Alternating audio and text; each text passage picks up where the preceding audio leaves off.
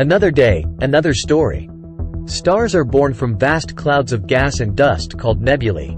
Within these nebulae, gravity begins to pull the gas and dust together, causing the cloud to contract. As the cloud collapses, it heats up due to the increasing density, and a protostar is formed at the center.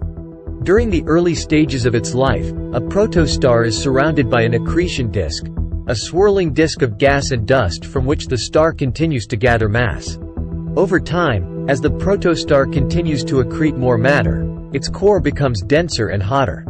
Eventually, the core reaches a temperature of about 10 million degrees Celsius, and nuclear fusion begins. Nuclear fusion is the process in which atoms combine to form heavier elements, releasing an enormous amount of energy in the process. In the core of a star, hydrogen atoms fuse together to form helium.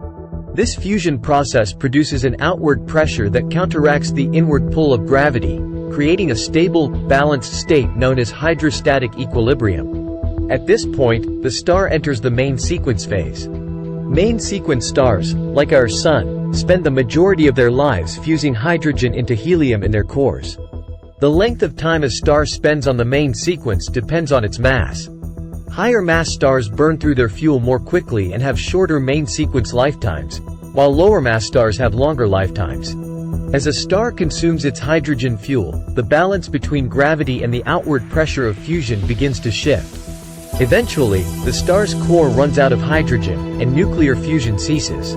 Without the energy produced by fusion, gravity causes the core to contract and heat up. As the core contracts, the outer layers of the star expand, and the star enters the next phase of its evolution. For stars similar to the Sun, this expansion leads to the formation of a red giant. The outer layers of the star become cooler and more diffuse, causing the star to appear red. Red giants can reach sizes hundreds of times larger than their original dimensions, engulfing any nearby planets in the process. In the core of a red giant, helium nuclei begin to fuse to form heavier elements like carbon and oxygen. This process is known as helium fusion or the triple alpha process.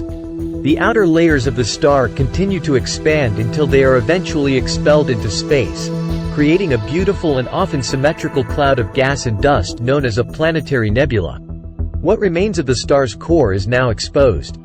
The exposed core of a low to medium mass star, up to about 8 times the mass of the Sun, is called a white dwarf. A white dwarf is incredibly dense, with a mass comparable to that of the Sun but squeezed into a size similar to Earth. Without fusion to counteract gravity, a white dwarf is supported by electron degeneracy pressure, the repulsion between electrons compressed into a small space due to the exclusion principle. While white dwarfs are extremely hot when first formed, they gradually cool over billions of years, eventually becoming dim and fading away. This marks the end of the stellar life cycle for low to medium mass stars like our Sun. For stars with masses significantly greater than the Sun, the story takes a more explosive turn. When a high-mass star exhausts its nuclear fuel, the core collapses under its own gravity, resulting in a catastrophic event known as a supernova.